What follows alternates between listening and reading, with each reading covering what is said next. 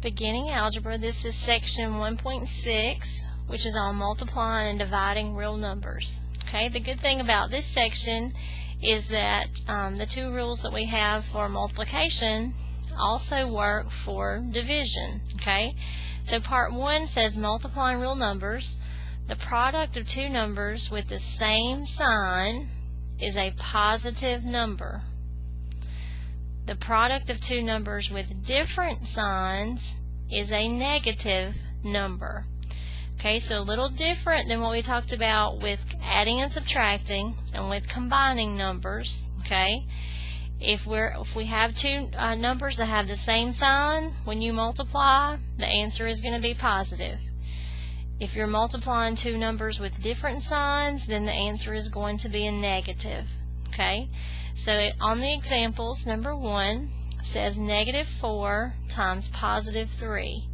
And I know that this is multiplication because there's not a sign, an operation sign, between these parentheses. Okay, so that indicates that I'm multiplying.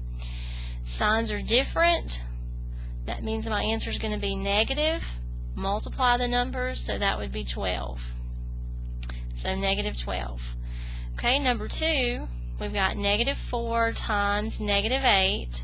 The signs are the same, which means my answer will be positive, and then when I multiply, will just be positive 32. Okay, number 3, we have 5 times -15. So here the signs are different, which means I'm going to have a negative, and then when I multiply 5 times 15, that's going to be 75. Okay.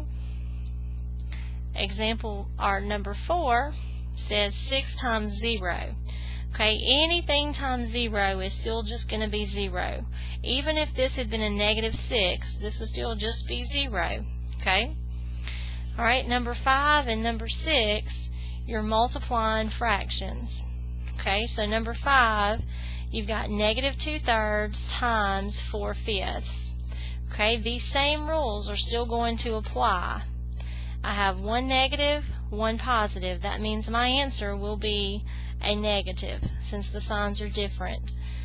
When you multiply fractions, you just multiply straight across. Numerator times numerator. So 2 times 4 would be 8. And then denominator times denominator. 3 times 5 would be 15. So my answer would be -8/15. This is simplest form because there's nothing that will divide into both 8 and 15. So this is how you would type your answer into MyMathLab.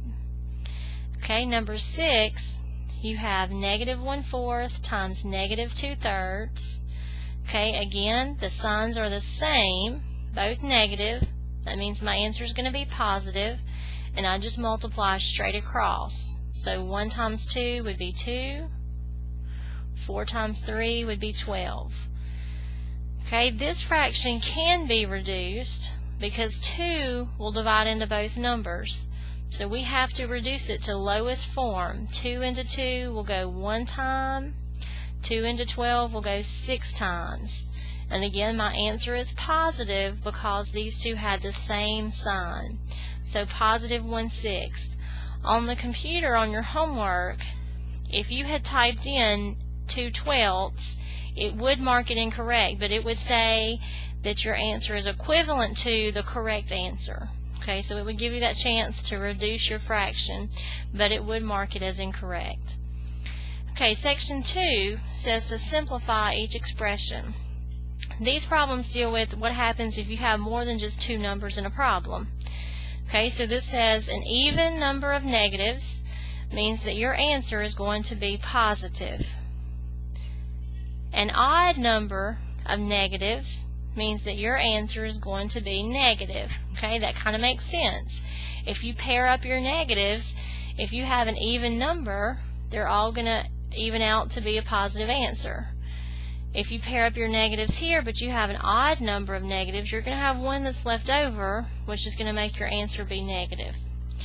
Okay, example 7, -2 times -6 times -1. Okay, so I'll look at my problem. It's all multiplication. I have 3 negatives, So an odd number of negatives means my answer is going to be negative. And when I multiply, this would be 2 times 6 times 1, which is 12. So negative 12. Okay, on number 8, negative 4 times 6 times negative 2, an even number of negatives means that my answer will end up being positive. Now I can do this left to right. Like I can say negative 4 times 6 would be negative 24, and then negative 24 times negative 2. Again, you've got the same sign or an even number of negatives, so that means it's going to be a positive 48. Okay, number 9 says negative 2 times 0 times 3. Well, again, if you're multiplying by 0, your answer is just 0. Even if it's a negative number inside there. An even number of negatives, just remember, means your answer is going to be positive. An odd number of negatives means that your answer is going to be negative. Okay, on this video, the last thing I want to talk about is part C underneath this, which is exponential expressions with a negative base. Okay, not something we've talked about before. Okay, if you look at these two problems, they look very, very similar. The only difference is this one has parentheses, this one does not. Okay, but that means something totally different in mathematics.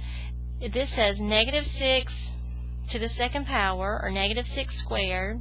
If I write this out in expanded form, it actually means negative 6 times negative 6. Okay, that number times itself.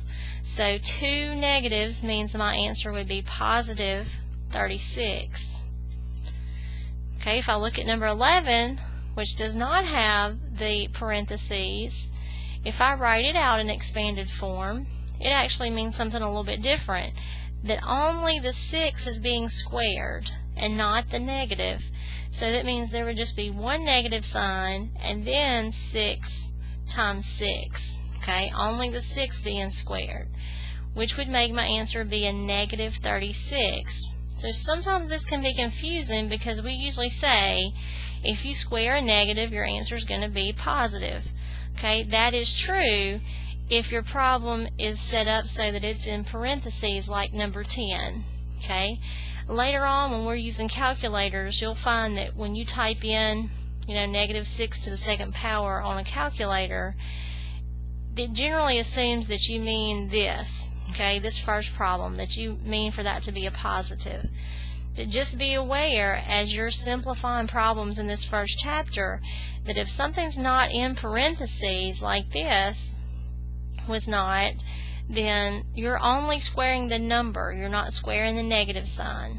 If you have the parentheses, then the negative sign is being squared. So it can make a difference in the sign of your answer when you're dealing with an even exponent. Okay, if the exponent's odd, it's not really going to make a difference with those. Okay, so that's the end of the first part of 1.6.